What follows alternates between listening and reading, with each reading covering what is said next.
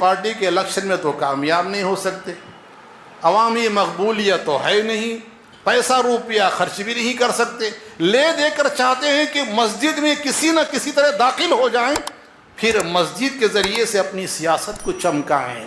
کبھی M L A صاحب کو بلا رہے ہیں، کبھی چیئرمین صاحب کو بلا رہے ہیں، کبھی وقف بورڈ کے چیئرمین کو بلا رہے ہیں۔ اگر آپ کی نیت یہ ہے کہ ان اللہ کے گھروں کے ذریعے سے آپ دنیا میں عزت کمانا چاہتے ہیں، ہو سکتا ہے کہ دنیا آپ کو مل جائے، لیکن آخرت میں اللہ رب العالمین کے نزدیک سب سے زیادہ بدترین انسان وہ ہیں جو دنیا میں مساجد کو سیاست میں ترقی کے لیے زینے اور سیڑھی کے طور پر استعمال کرتے ہیں۔ ہمارے بچے اسٹڈی کرنا چاہتے ہیں، گھروں میں اتنی گنجائش نہیں ہے، اجازت دے دیجئے، اعلان کر دیجئے کہ جو طلبہ چاہیں، جو اسٹوڈنٹ چاہیں، ہماری مسجد آپ کے لیے کھلی ہے، دروازے کھلے ہیں، اس کا فین، اس کا لائٹ، اس کا پانی آپ استعمال کریں، آئیں یہاں بیٹھیں، یہاں پڑھیں، اسٹڈی یہاں کریں۔ آج ہمارے مسلمان طلبہ، مسلمان اسٹوڈنٹ ان کے گھروں میں سہولت نہ ہونے کی وجہ سے غیروں کے گھر جا رہے ہیں، غیروں کے گھر جا کر ان کے عقیدے، ان کے بد اخلاقیاں، ان کی ساری ثقافتیں وغیرہ اختیار کر رہے ہیں۔ الحمدللہ رب العالمین وبہ نستعین والصلاة والسلام علی سید المرسلین وعلی آلہ واصحابہ واہل بیتہ وسلم اجمعین، اما بعد۔ اعوذ باللہ من الشیطان الرجیم، بسم اللہ الرحمن الرحیم۔ ان اول بیت عزی للناس للذی ببکۃ مبارکا وہدی للعالمین فیہ آیات بینات مقام ابراہیم ومن دخلہ کان آمنا وللہ علی الناس حج البیت من استطاع الیہ سبیلا ومن کفر فإن اللہ غنی عن العالمین۔ اسٹیج پر تشریف فرما معزز و مؤخر علماء کرام و عمائدین جماعت و بزرگان ملت، نوجوانوں، عزیز بچوں اور مائی بہنوں، اصلاح معاشرہ میں مساجد کا کردار کیا ہونا چاہیے اور مساجد ہماری وہ کیسے نمونہ بننا چاہیے، اس کے اندر ایکٹیویٹیز کیسی ہونی چاہیے، مساجد کے اندر نشاطات کیسے ہونے چاہیے، اس پر کچھ کہنے کے لیے کہا ہے۔ حضرات، میں نے جو آیت کریمہ تلاوت کی ہیں، 2 آیات سورہ آل عمران کی، 196، 197، 97، 96، 97۔ اللہ رب العالمین نے فرمایا ان اول بیت عزی للناس للذی ببکۃ مبارکا وہدی للعالمین۔ پہلا گھر روئے زمین پر جو بنایا گیا، جو عمارت سب سے پہلے تعمیر کی گئی اس زمین پر، بعض مفسرین کہتے ہیں پہلا گھر جو پہلی عمارت بنی وہ بیت اللہ، وہ کعبۃ اللہ، یعنی اللہ رب العالمین نے اس زمین پر سب سے پہلے اگر کوئی عمارت بنائی تو وہ بیت اللہ بنائی۔ عزی للناس للذی ببکۃ مبارکا وہدی للعالمین، یہ جو گھر ہے وہ برکت والا ہے اور تمام جہانوں کے لیے ہدایت کا ذریعہ ہے۔ حضرات، بیت اللہ، کعبۃ اللہ مرکز ہے، اور اس کے علاوہ زمین بھر میں جتنی مساجد ہیں اس کی شاخیں ہیں۔ معلوم یہ ہوا کہ مسجدیں جو ہوتی ہیں وہ ہدایت کا مرکز ہونا چاہیے، مسجدیں جو ہوتی ہیں وہاں سے برکتیں تقسیم ہونی چاہیے۔ حضرات، جیسے کہ میں نے بتایا کہ پہلا گھر بیت اللہ۔ حضرت ابو ذر غفاری والی حدیث ہے متفق علیہ کہ جناب محمد الرسول اللہ صلی اللہ علیہ وسلم سے انہوں نے سوال کیا، اللہ کے نبی سب سے پہلی مسجد کون سی بنائی گئی؟ آپ نے فرمایا جو بیت اللہ ہے۔ پھر سوال کیا دوسری مسجد، تو کہا کہ وہ بیت المقدس ہے۔ کتنا فاصلہ دو کے درمیان میں؟ آپ نے فرمایا 40 سال کا۔ بنانے والے فرشتے، پہلا گھر بیت اللہ، دوسرا گھر بیت المقدس۔ میرے بھائیوں، جب اللہ رب العالمین نے جناب محمد الرسول اللہ صلی اللہ علیہ وسلم کو معراج کا سفر فرمایا، معراج کے لیے بلایا، تو آپ صلی اللہ علیہ وسلم کو کہاں سے لے چلے، کہاں سے لے چلے؟ آپ کو بتا رہا ہوں کہ اللہ سبحانہ و تعالیٰ نے پیارے نبی صلی اللہ علیہ وسلم کو معراج کے سفر پر بلایا تو بیت اللہ الحرام سے کعبۃ اللہ سے سفر کا آغاز ہوا۔ اللہ تعالیٰ فرماتا ہے سبحان الذی اسری بعبدہ لیلا من المسجد الحرام الی المسجد الاقصی الذی بارکنا حولہ لنریہ من آیاتنا انہ هو السمیع البصیر۔ اللہ رب العالمین نے محمد الرسول اللہ صلی اللہ علیہ وسلم کے سفر کا آغاز بیت اللہ الحرام سے کیا۔ اللہ کے نبی آرام فرما رہے تھے حتیم میں، بیت اللہ کے بازو جو دیوار ہے اسے حتیم کہتے ہیں۔ جبریل امین آئے دیگر دوسرے فرشتے کے ساتھ، کہا یہاں جو آرام کر رہے ہیں ان میں کون ہے سب سے بہتر؟ کہا فلاں ہیں۔ تو کہا ان کو اٹھاؤ، پھر لے کے چلے بیت المقدس تک، پھر وہاں تمام انبیاء کی آپ نے امامت فرمائی، پھر آپ کو وہاں سے اللہ رب العالمین کے دربار میں پیش کیا گیا۔ آپ صلی اللہ علیہ وسلم تشریف لے گئے۔ میرے بھائیوں، اس روئے زمین پر جو اولو العزم انبیاء تھے، اولو العزم پیغمبر تھے، ان میں ابراہیم علیہ السلام تھے۔ ابراہیم علیہ السلام نے کوئی محل نہیں بنایا، کوئی بنگلہ نہیں بنایا، کوئی یادگار اگر چھوڑی ہے تو بیت اللہ ہے، کعبۃ اللہ ہے۔ فرشتوں نے سب سے پہلے بنایا۔ حالات ایسے پیدا ہوئے، طوفان آتے تھے، ان طوفانوں میں بیت اللہ کا نام و نشان مٹ گیا۔ اللہ رب العالمین نے ابراہیم علیہ السلام ان کے صاحبزادے حضرت اسماعیل علیہ السلام کے ہاتھوں بیت اللہ کی تعمیر کا انتظام فرمایا۔ ابراہیم علیہ السلام نے بیت اللہ بنایا۔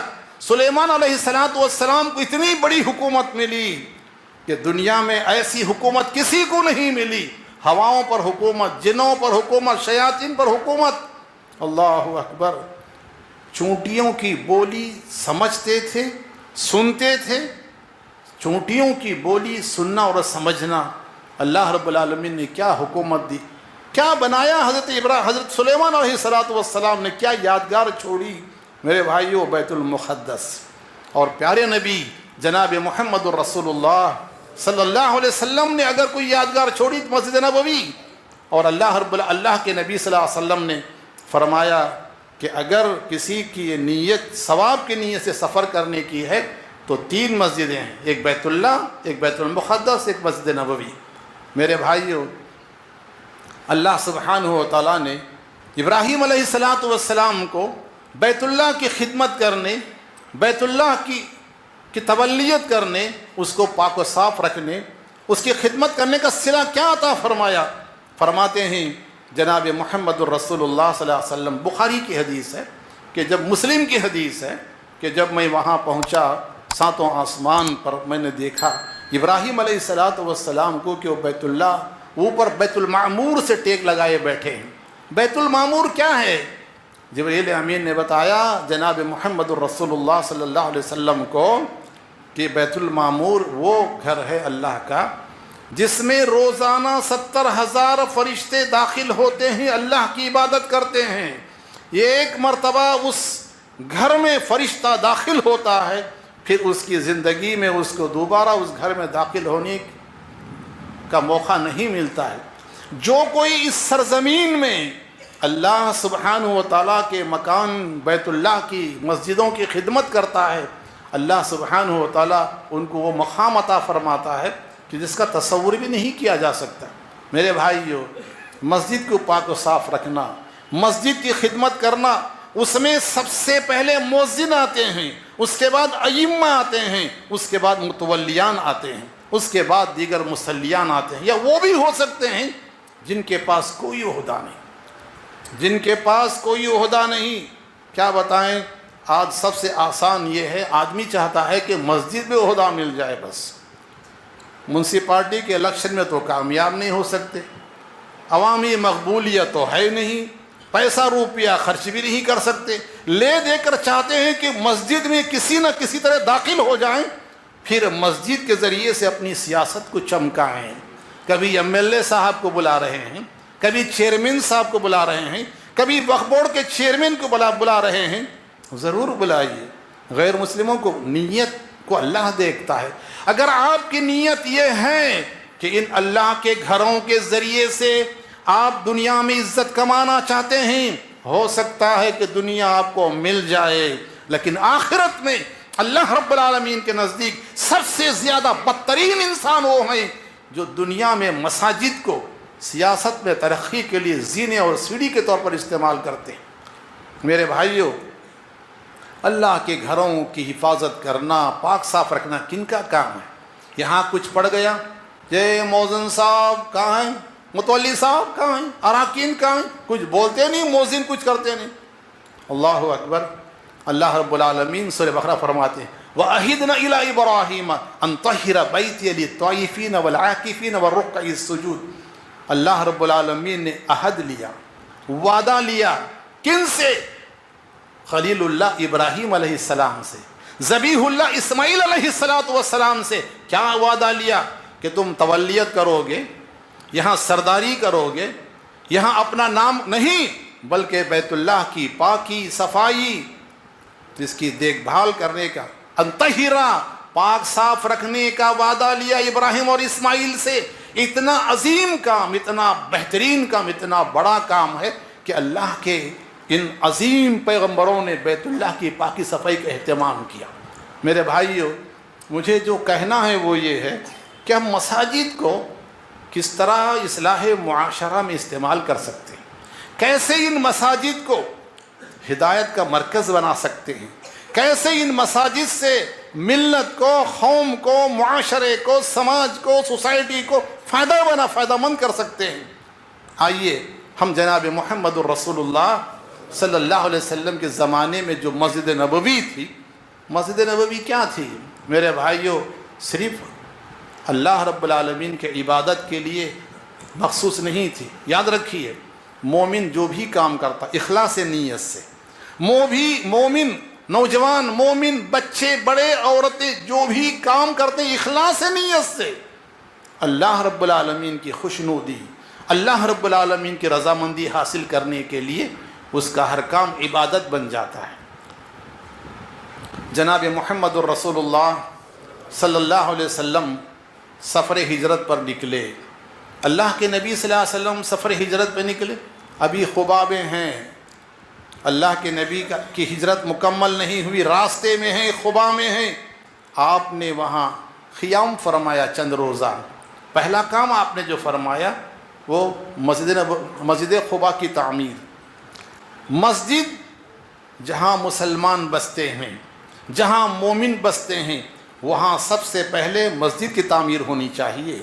جیسے اللہ رب العالمین نے روئے زمین پر سب سے پہلے اپنا گھر بنایا، نئی کالونی میں جہاں کہیں کوئی نئی کالونی بنتی ہے وہاں سب سے پہلے مسجد ہونا چاہیے، وہ ضرورت ہے۔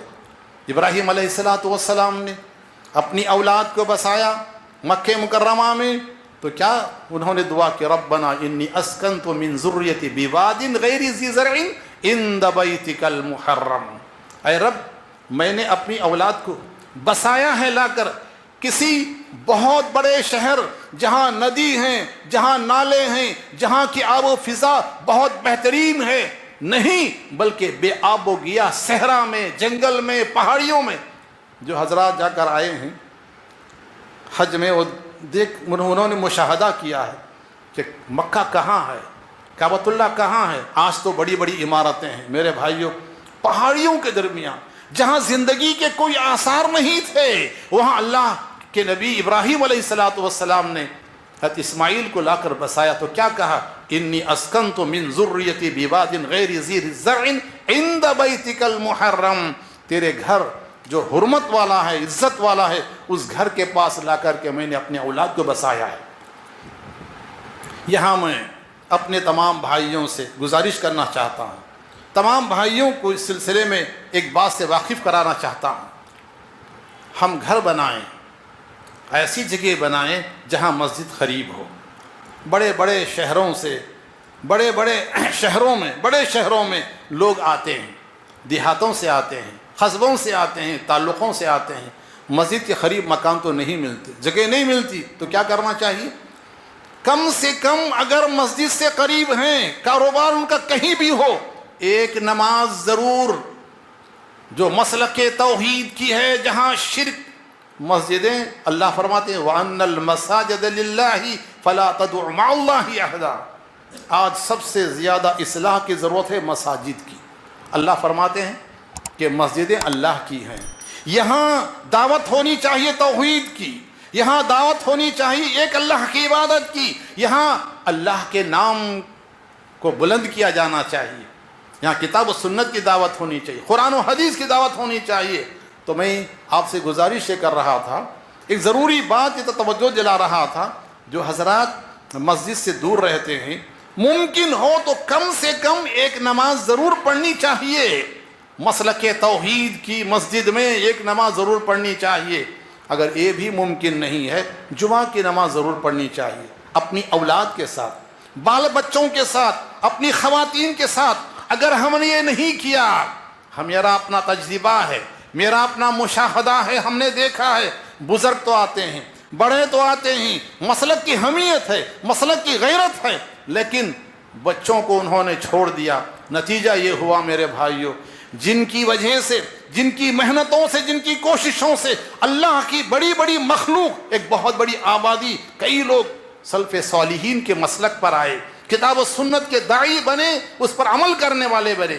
آج ان کی اولاد کا حال یہ ہے کہ وہ مشرکانہ عقائد کے حامل ہیں، مشرکانہ عقیدوں کو اختیار کر لیا ہے، مسجد سے دور، جماعت سے دور، مسلک سے دور۔ حالت یہ ہے کہ دوسری جماعتیں جو کتاب و سنت کے بجائے شرک اور خرافات کی تبلیغ کرتے ہیں، ان کے سامنے سب سے وہ پہلی صف پہ ان کی اولاد نظر آتے ہیں۔ میرے بھائیوں، ساؤتھ انڈیا کی ایک تنظیم ہے کیرلا میں، کیرلا ندوۃ المجاہدین، KNM کے نام سے مشہور ہے، ان سے میرے بہت روابط رہے۔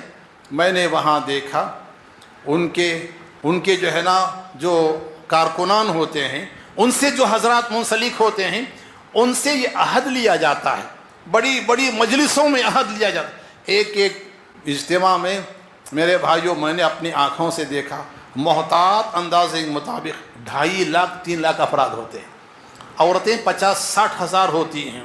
ان سے عہد لیا جاتا ہے کہ ہم ملک کے کسی بھی کونے میں رہیں، دنیا کے کسی بھی کونے میں رہیں، جمعے کی نماز ہم اپنے مسلک کتاب و سنت پر عمل کرنے والوں کی مجلس میں رہیں گے۔ اس کا فائدہ یہ ہوگا ہمارا اور ہماری اولاد کا تعلق جماعت سے ہوگا، جمعیت سے ہوگا، مسلک سے ہوگا، کتاب و سنت سے ہوگا۔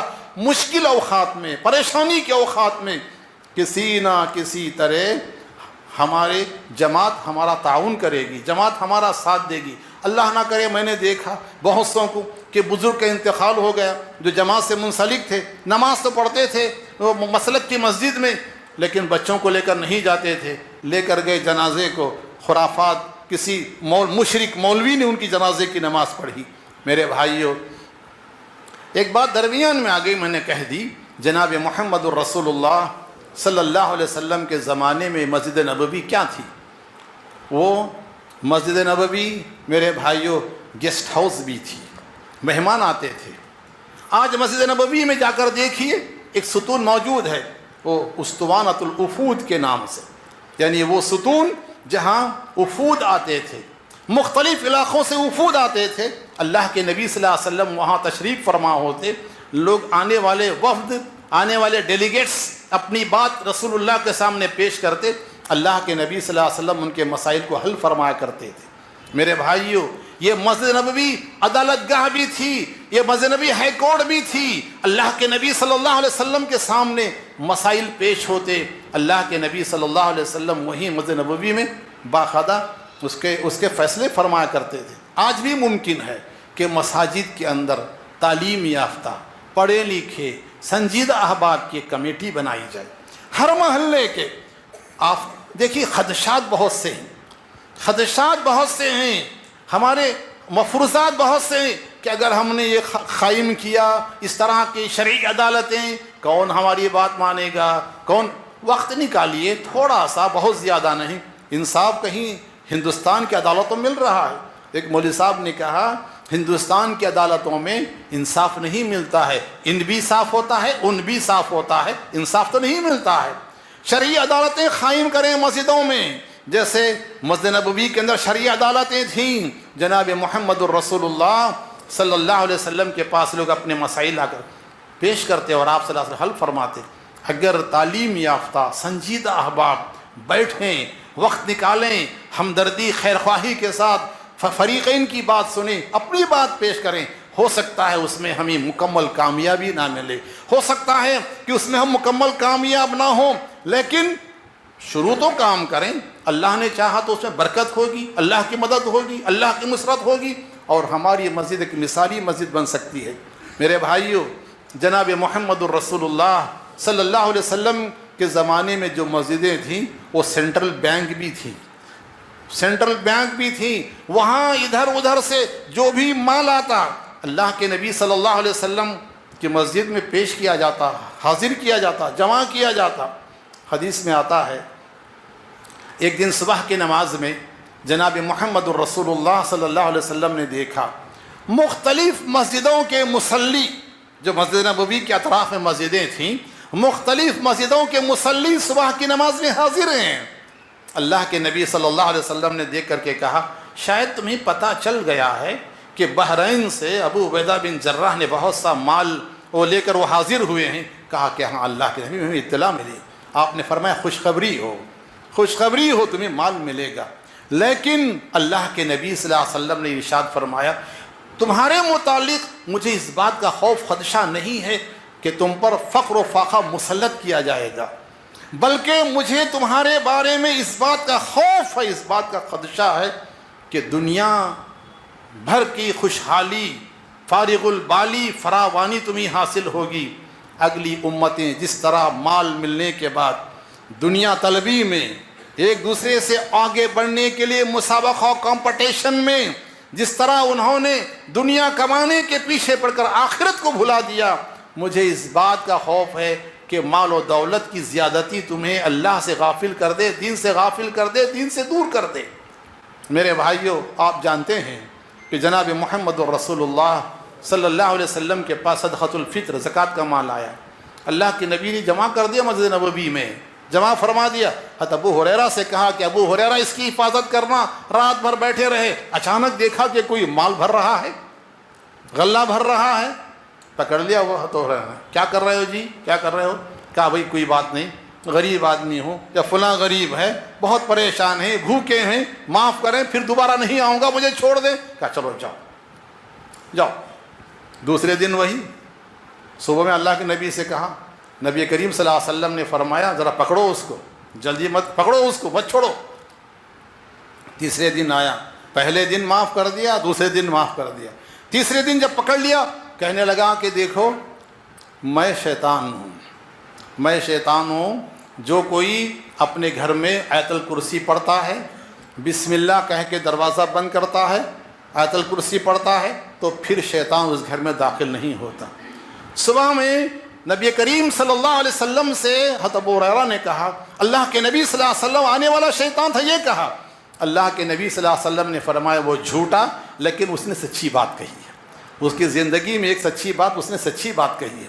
میرے بھائیوں، بتانے کا مقصد یہ ہے کیا آج یہ ممکن نہیں ہے کہ ہم ہر جتنی ہماری مسجدیں ہیں، تمل ناڈو میں ایک بہت اچھی بات یہ دیکھنے میں آ رہی ہے میرے بھائیوں کہ ایروڈ سے غالباً کسی شہر سے انہوں نے ایک تنظیم بنائی ہے، تقریباً 1000 مسجدوں میں مسجد خدمت کمیٹی کے نام سے انہوں نے کمیٹیاں بنائی ہیں۔ بنانے کے بعد محلے کی زکوٰۃ وصول کی جاتی ہے، محلے میں خرچ کی جاتی ہے، فطرہ وصول کیا جاتا ہے، صدقۃ الفطر دیا جاتا ہے، پاکٹ بنائے جی۔ ایسے بہت سے ہمارے مصلیوں میں موجود ہیں جو ہاتھ پھیلا کر نہیں مانگتے، لوگوں کے پیچھے نہیں پڑتے، ان کے بچے ان کی تعلیم کے لیے، بچوں کی تعلیم کے لیے، وہ اپنے علاج کے لیے پریشان ہیں میرے بھائیوں۔ آج ہماری مائی بہنیں کہاں ہیں؟ کن کن کے پیچھے پیسوں کے لیے بھاگ رہی ہیں جی؟ فلاں مٹھ اور فلاں دھرمستھڑا اور فلاں منترالیم اور فلاں سوامی فلاں کے پاس، ان کے جو سوسائٹیز بنے ہوئے ہیں ان کے پاس جا کر پیسے لے رہے ہیں ہماری۔ یہ ہمارے مرد اپنی عورتوں کو، یہ ہمارے مرد حضرات اپنی خواتین کو بھیج کر کے یوں سمجھیے کہ قرضہ لے کر ان کو گروی رکھ رہے ہیں۔ اتنی پابند، اتنی خائف، اتنی ڈر، اتنی خوف زدہ۔ میرے بھائیوں، اگر ہم نے اللہ کا نام لے کر مساجد کو مساجد کو مرکز بنایا خدمت کا، مساجد کو مرکز بنایا خدمت دین کا، انشاءاللہ اقتصادی طور پر، معاشی طور پر، تجارتی طور پر، تعلیمی طور پر مسلمان ایک مستحکم قوم بن سکتی ہے۔ اور مساجد کو میرے بھائیوں سب سے زیادہ تعلیم و تربیت گاہ بنانی چاہیے۔ اگر مان لیجئے ہمارے نوجوان، ہمارے بچے اسٹڈی کرنا چاہتے ہیں، گھروں میں اتنی گنجائش نہیں ہے، اجازت دے دیجئے، اعلان کر دیجئے کہ جو طلباء چاہیں، جو اسٹوڈنٹ چاہیں، ہماری مسجد آپ کے لیے کھلی ہے، دروازے کھلے ہیں، اس کا فین، اس کا لائٹ، اس کا پانی آپ استعمال کریں، آئیں یہاں بیٹھیں، یہاں پڑھیں، اسٹڈی یہاں کریں۔ گھر میں موقع نہیں ہے، آج ہمارے مسلمان طلباء، مسلمان اسٹوڈنٹ، ان کے گھروں میں سہولت نہ ہونے کی وجہ سے غیروں کے گھر جا رہے ہیں، غیروں کے گھر جا کر ان کے عقیدے، ان کے بد اخلاقیاں، ان کی ساری ثقافتیں وغیرہ اختیار کر رہے ہیں۔ ہمارے بچوں کو اگر موقع ملتا ہے، کہیں جگہ ہے، مسجدوں میں کھلی جگہ ہے، کھیلنے کا موقع دینا چاہیے۔ مسجد نبوی کے اندر حبشی حضرات عید کے دن کھیلتے تھے، جی وہ جنگ کے جو کھیل ہوتے ہیں، مجاہدانہ جو کھیل ہوتے ہیں، کرتب ہوتے ہیں، اللہ کے نبی صلی اللہ علیہ وسلم اس کو دیکھتے ہیں، عائشہ پیچھے سے دیکھتی تھی۔ ہماری خواتین کے لیے اتنی تو گنجائش ہونی چاہیے۔ ہم نے ہماری خواتین کو اتنا پابند کر کے رکھا، اتنا پابند کر دیا کہ وہ آزاد ہو گئی۔ اتنا پابندی غیر ضروری، غیر شرعی پابندی۔ اللہ کے نبی صلی اللہ علیہ وسلم نے اجازت دی صحابہ کرام کو کہ مسجد میں میرے بھائی، مسجد کو تعلیم کا مرکز بنانا چاہیے۔ بات کو سمیٹتے بتانا چاہتا ہوں، اللہ کے نبی صلی اللہ علیہ وسلم مدینہ تشریف لانے کے بعد سب سے پہلے آپ نے جو تعمیری کام فرمایا وہ مسجد نبوی، مرکز اسلام مسجد نبوی کی تعمیر تھی۔ وہاں آپ نے ایک مدرسہ بنا دیا صفا کے نام سے، ایک یونیورسٹی تھی۔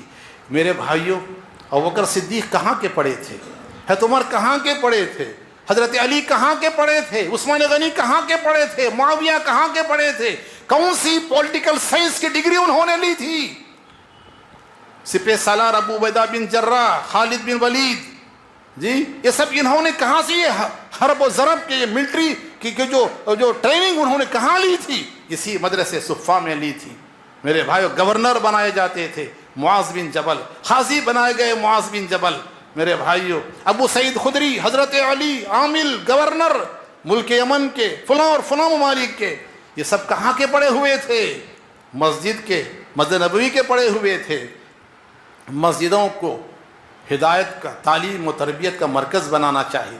مسجدوں کے اندر جو خطبات جمعہ ہیں، میرے بھائیوں، ان خطبات جمعہ سے ہم بہت فائدہ اٹھا سکتے ہیں، جس کی کوئی اتنے فائدے اٹھا سکتے اس کا شمار ممکن نہیں، بشرطے کہ خطبہ مختصر ہو، خطبہ جامع ہو، حالات حاضرہ کی روشنی میں ہو، قوم کی ضرورت کے مطابق ہو، ہفتے سے ہفتے تک آنے والے مسائل کا اس میں حل پیش کیا جائے۔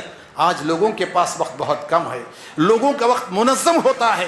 ہمارے خطیب لمبا خطبہ دیتے ہیں تو سامعین بھی بڑے ہوشیار ہیں، اپنے سارے کاموں سے نمٹ کر آخری وقت میں آ جاتے ہیں۔ اگر ہم خطبے کو مختصر کر دیں، مختصر، کوئی بھی مقرر، کوئی بھی خطیب اپنی بات اگر وہ کہنا چاہے منظم انداز میں، 20 سے 25 منٹ 30 منٹ بہت زیادہ ہے۔ بات مختصر، پھیلانا چاہے ساری رات پھیلا سکتے ہیں، پھیلانا چاہے تو گھنٹوں پھیلا سکتے ہیں، point to point, to the point. اگر ہمارا خطاب ہو، ہماری تقریر ہو، دیکھیے اجتماع کے لیے اعلان کرنا پڑتا ہے، اشتہار نکالنا پڑتا ہے، چائے کا انتظام کرنا پڑتا ہے، مقررین کو بلانا پڑتا ہے، کیا کچھ پاپڑ بیلنے ہوتے ہیں۔ جمعہ میں تو آدمی پوری طرح تیار ہو کر آتا ہے سننے کے لیے، اور ایک روحانی کیفیت ہوتی ہے، روحانی کیفیت ہوتی ہے، اور سب سے زیادہ مؤثر جو خطابات ہوتے ہیں وہ خطبات جمعہ ہوتے ہیں۔ تو لہٰذا ہم کو چاہیے کہ دور دراز سے چیخنے والوں کو، چلانے والوں کو، چیلنج کرنے والوں کو بلا کر کے ان سے کوئی فائدہ نہیں ہوگا۔ آپ کا اپنا خطیب، آپ کے علاقے کا اپنا امام، وہ فیملی ڈاکٹر ہوتا ہے، وہ جانتا ہے کہ معاشرے میں، سماج میں، ہمارے ماحول میں قوم کی اصلاح کیسی ہونی چاہیے، کیسے ان کو قیادت کے لیے تیار کرنا ہے، وہ جانتے ہیں۔ اور جو بیماری آج ہمارے اندر آ گئی ہے وہ یہ ہے کہ علماء کے ناموں کے ساتھ ساتھ ان کی تصویریں میں ڈالی جانے والی، یہ بہت بڑا فتنہ ہے، اس سے بچیں، اس سے بچیں۔ ہرگز آپ پوز لینے کی کوشش نہ کریں، علماء کرام کے پوز نہ لیجئے، ان کو مت بگاڑیے، آپ بھی نہ بگڑیے، علماء کو نہ بگاڑیے۔ کوئی عالم آ گئے باہر سے، کیا بتائیں، وارے نہیں آ رہے، کیا استغفار، یہ قوم کا امام و قوم کا رہبر و رہنما، ہمارے اپنے جنازوں میں شریک، ہمارے اپنے نکاحوں میں شریک، خوشی غمی کی تقریبات میں شریک، رمضان میں آنے کے بعد جو کچھ کی ہدیات ہیں آنے والے مہمان کو نواز کے بھیج دیتے ہیں۔ اور ہمارے اماموں کا، ہمارے مؤذنوں کا حال یہ ہے کہ اپنی بچوں کی تعلیم کے لیے، تربیت کے لیے، علاج کے لیے وہ بیچارے پریشان رہتے ہیں اور لوگوں کی طرف نگاہیں اٹھا کر دیکھتے ہیں، ہو سکتا ہے کہ کوئی ان کی مدد کرے، کوئی پوچھنے والا نہیں ہے۔ اور ہمارے اپنے یہ نوجوان علماء کرام سے گزارش کروں گا کہ آپ حضرات خواہ علماء کا احترام ہونا چاہیے، استقبال ہونا چاہیے، لیکن ایسے علماء کرام کو مدعو کیجئے جن کی خطابات سے قوم کو فائدہ ہوتا ہو۔ للکارنا، جذبات میں لانا، جوش میں لانا یہ بہت آسان کام ہے، لیکن سنجیدگی سے گفتگو کرنا، سنجیدگی پیدا کرنا، لوگوں کے اندر حلم، بردباری پیدا کرنا، دینات پیدا کرنا، فہم، ذہانت و فطانت پیدا کرنا، یہ بہت بڑی بات ہے۔ اچھے علماء کا انتخاب کیجیے۔ ہندوستان، جنوبی ہند میں الحمدللہ بہت اچھے علماء ہیں، کہنے والے، بولنے والے، متقی، پرہیزگار، ان کو اہمیت دیجیے۔ جو کچھ کہ ہم نے سنا اس پر عمل کی توفیق عطا فرمائے۔